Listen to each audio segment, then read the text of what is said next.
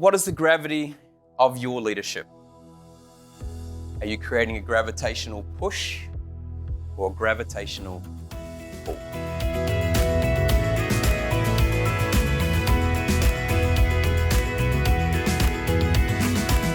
I want you to think about your leadership, and all of you in this room are leaders.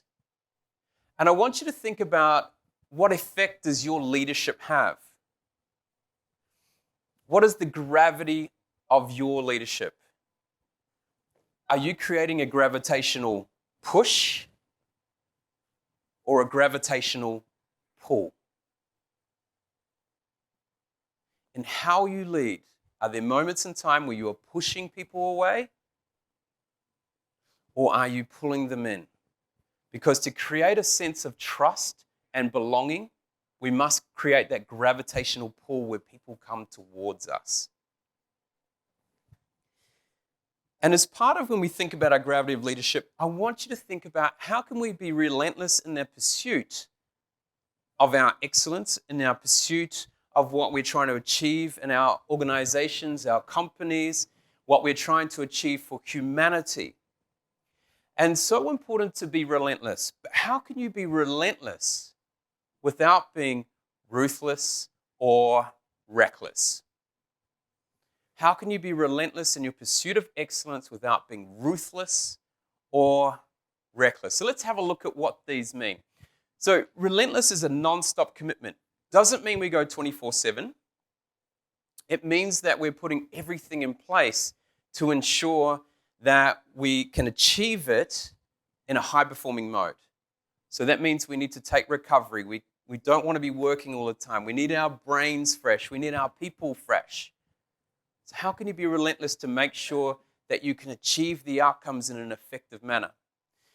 But without taking no prisoners, without affecting people. Yes, we can run fast and go in this direction, but if everyone's chasing our tails or running in the opposite direction, it's not going to serve our purpose. It's going to prevent us from achieving the outcomes we're looking for. But then reckless, where you're careless of consequences. Now, to give you an example of this, everyone know Jacinda Ardern, okay? Relentless in her pursuit of creating a country that is happy, that is thriving, but she didn't do it in a way that would leave people behind or that would have careless consequences. She always had their heart in mind. She may not have achieved everything they set out to do as in a government. That's okay. But she was relentless in that pursuit. Let's say we now look at Steve Jobs. So Steve Jobs, the late Steve Jobs, very relentless in his pursuit of delivering outstanding products for the consumer. When he was younger, he was quite ruthless, but he wasn't in his later years. He would look after his people a lot more. But he was quite reckless at times where he was kind of, how can they really push the boundaries? And then we look at Elon Musk. He may be considered as all three. He's relentless in his pursuit of putting people in space, of creating electric cars. But at what cost? He's had 3 marriages, his 2 teenage sons don't talk to him, and most of his employees don't really enjoy working there. And now he's just told them that if you're going to work at Tesla, you have to be in the office. If not, bye-bye.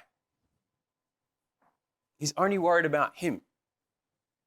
Maybe it's the only way he can create a sense of belonging. But my encouragement to you is to think about how can you be relentless as a leader without being ruthless or reckless. What is the gravity of your leadership?